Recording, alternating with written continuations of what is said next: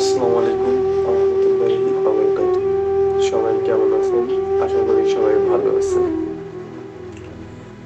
প্রতিটা সন্তান চায় তার বাবা মা অনেকটা ভালো থাকুক, আর প্রতিটাই বাবা মা চায় তার সন্তান অনেকটাই ভালো থাকুক। আসলে আমি এমন এক পর্যায়ে এসেছি,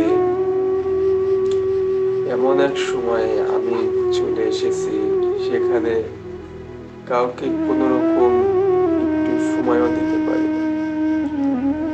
নিজেকে কি আর বলবো, অনেক মানুষ আমাকে অনেক রকম চিন্তা করে, অনেক রকম কথাও বলে। আসলে প্রতিটি মানুষই চায় সবার সাথে কথা বলুক, সবার সাথে একটু ঘুরুক ফিরুক, কিন্তু এমন এক ব্যস্ততার মাঝে আমি চলে এসেছি, সেটা কারোর সাথে কথা বলা সম্ভবই হয় না।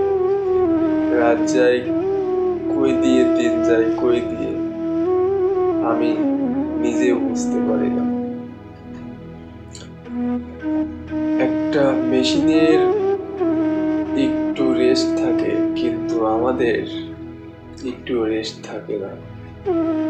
আমরা ছেলে মানুষ, আমাদের কষ্ট করে নিজে চলতে হয়। আর আমার মা খুবই অসুস্থ, সেটা শুনে নিজেকে আর থামানো যায় না। কারণ সবাই চায় তার বাবা মা, ভাই বোন সবাই ভালো থাকুক, আপনজন সবাই ভালো থাকুক।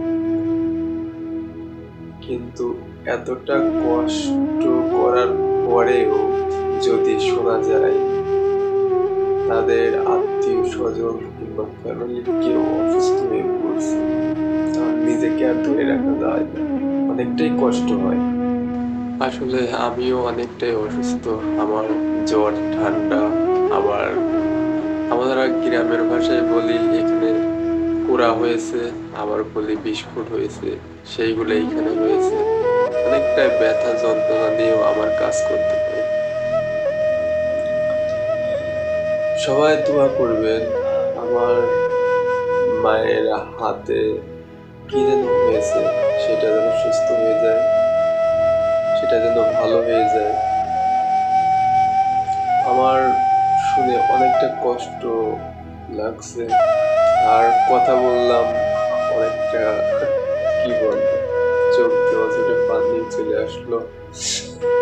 তো সবাই আমার মায়ের জন্য দোয়া করবেন, আমার মায়ের হাতে কি যেন হয়েছে সেটা যেন সেরে যায়। আর প্রতিটা সন্তানই চায় তার মা অনেকটাই সুখে থাকুক, ভালো থাকুক। আমি আমার মাকে অনেক ভালোবাসি, আমার বাবাকে অনেক ভালোবাসি, ফ্যামিলির সবাইকে আমি অনেক ভালোবাসি। আপনারাও সবাই আপনার ফ্যামিলির বাবা মাদের সবাইকে ভালোবাসেন, সবসময় ভালোবেসে যাবেন, কোনো সময় অবহেলা করবেন না, আর সবসময় ভালোবেসে পাশে থাকবেন। সবাই আমার মায়ের জন্য দোয়া করুন। ধন্যবাদ সবাইকে। আসসালামু আলাইকুম।